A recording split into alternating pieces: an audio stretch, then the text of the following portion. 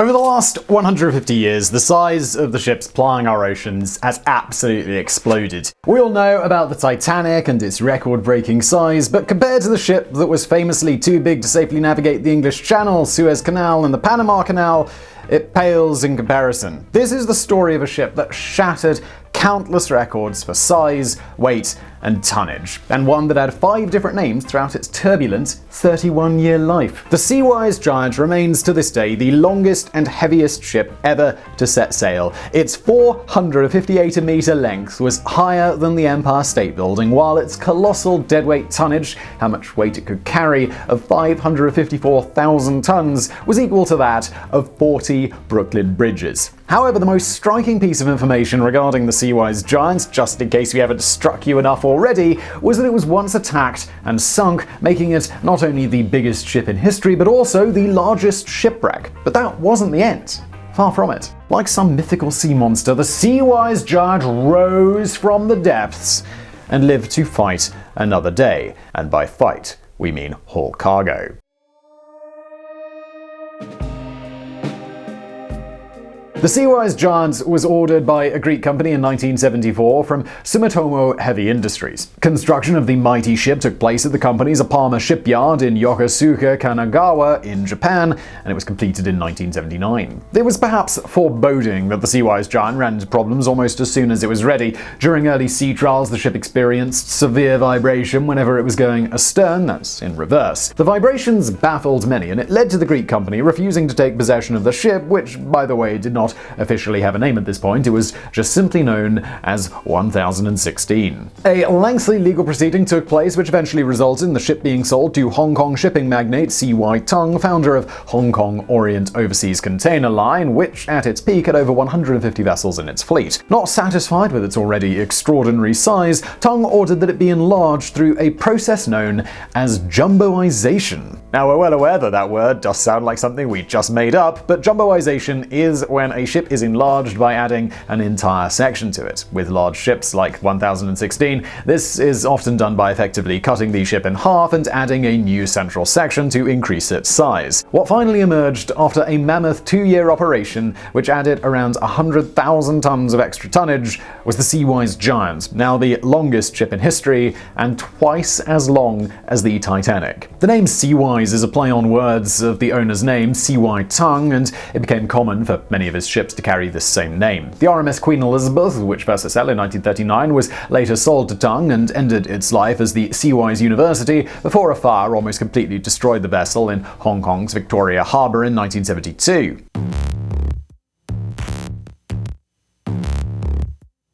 The ship was now an oil tanker of monstrous proportions, with 46 oil tanks on board and a deck measuring 31,451 square meters. This is almost exactly the same size as the Lincoln Memorial Reflecting Pool in Washington, D.C., if you would like a comparison. Its drafts, the length from the waterline to the keel at the bottom of the ship, which is roughly the minimum depth that the ship can operate in, was 24.6 meters, making it a constant headache for the crew. To give you a good comparison here, that's over twice the size of the draft of the USS Nimitz, the American supercarrier, which is already absolutely massive. But everything about this ship involved colossal sizes. Its rudder weighed 230 tons, about the same as 2 blue whales, while its sole propeller weighed 50 tons and measured a huge 9.1 meters in diameter. Its fully loaded water displacement, essentially how much water the ship replaces when it's at sea, was an extraordinary 646,642 tons, well over 6 times that of the USS Nimitz. It was powered by 2 Mitsubishi V2 M8 boilers producing a combined 50,000 horsepower, which pushed the ship along at a maximum speed of 16.5 knots, which is just over 30 kilometers an hour. She certainly wasn't the fastest ship around, but she took some time stopping, and we mean that pretty literally. When the Seawise giant was motoring along at full speed, it would take around 9 kilometers to come to a complete stop, while a full turning circle in clear weather required 3 kilometers. The Seawise giant spent the early years of her youth transporting oil, primarily between the Middle East and the United States. For all intents and purposes, it was a fairly serene 7 years, but it came to a catastrophic end on the 14th of May 1988.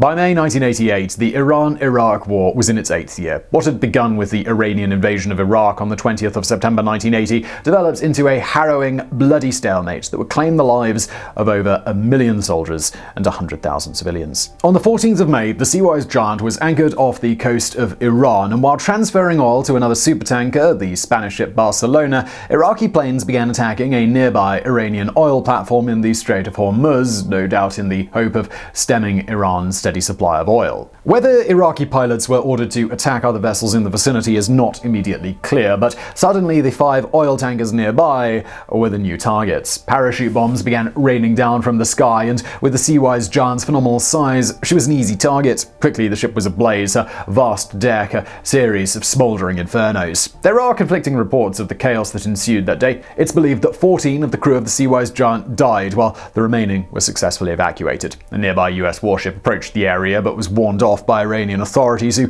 instead sent in salvage tugs to fight the fires. With giant oil tankers on fire, this was like trying to put out a house fire with a water pistol. The situation had already reached a critical stage. The Barcelona was in a terrible state and soon began listing heavily, with 2 of her crew unaccounted for. It would take 2 further days for the Spanish giants to finally creep below the waves. None of the 5 ships anchored off the coast that day had escaped the attack. The British flag vessel Burma Endeavour, Iranian tanker Kark, and the Cypriot ship Argosy had all been badly damaged, but they'd all stay afloat. The same could not be said for the largest ship in the world. With fires burning out of control and Iranian authorities powerless to help, it was only a matter of time for the Seawise giant. With news of the mighty tanker's perilous situation now reaching around the world, the vast juggernaut slowly began listing, her compartments filling with water. Later that day, she could stay afloat no longer and began slipping below the surface. She remains the largest ship to have ever sunk.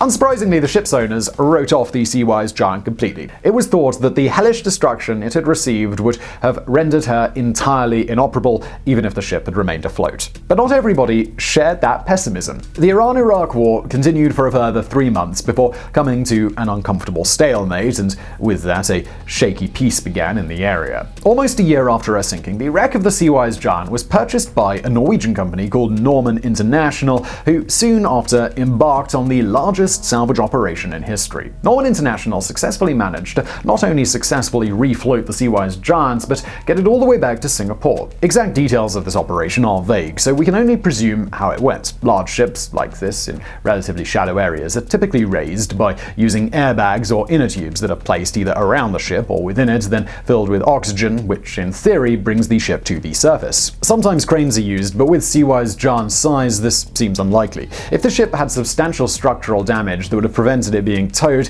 it would likely have been patched up enough to get it back to port by salvage specialists on site. As I said, there are few details about this specific operation, and unfortunately, that's the best we can surmise about it. In Singapore, it underwent significant repairs and re-emerged in 1991 under the new name Happy Giant. That same year, it was purchased by Norwegian shipowner Jorgen Jaha for $39 million, about $74.5 million today, and renamed yet again, now known as the Jara Viking.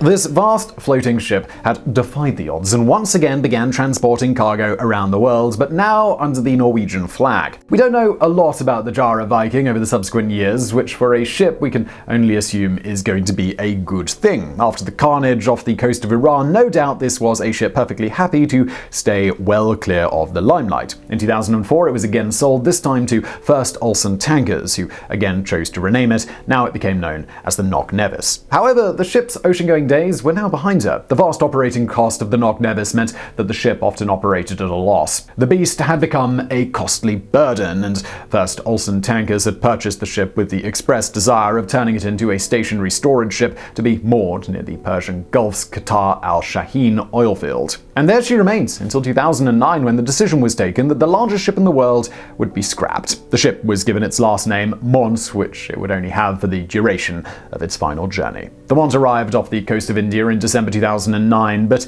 if it was hoped that such a colossal piece of engineering might have some kind of fanfare for its glorious send-off, Well, it wasn't to be. The shipyard chosen to scrap the Mont was Port au Lang, the largest ship dismantling site anywhere in the world, where roughly 50% of the world's vessels come to be broken down. But the Mont did not dock gracefully. Instead, like almost every other vessel that arrived at Port au Lang, the Mont sailed directly towards the beach, running itself aground on the Indian sand. It was the last movement the Mont would ever make.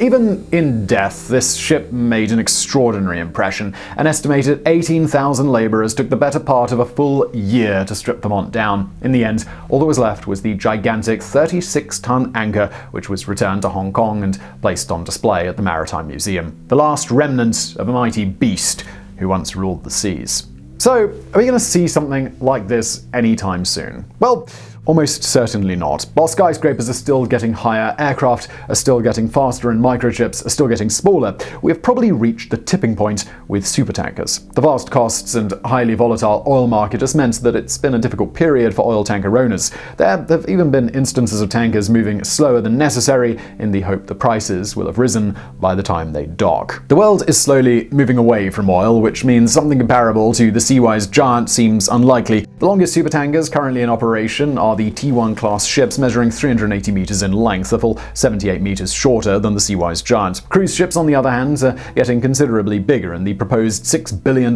floating city called Freedom will likely displace around 2.7 million tons of water, over 4 times that of the Seawise giant. But, well, let's save that for another video. The story of this giant ship has a somewhat cinematic quality to it. Its record-breaking statistics, its fiery demise, and its improbable return to the global stage is a barely believable story arc, and it may well be that we'll never see another ship quite like the Seawise giant, the largest self-propelled man-made object that humans have ever created. So I really hope you enjoyed that video. Please do hit that thumbs up button below. Don't forget to subscribe. And as always, thank you for watching.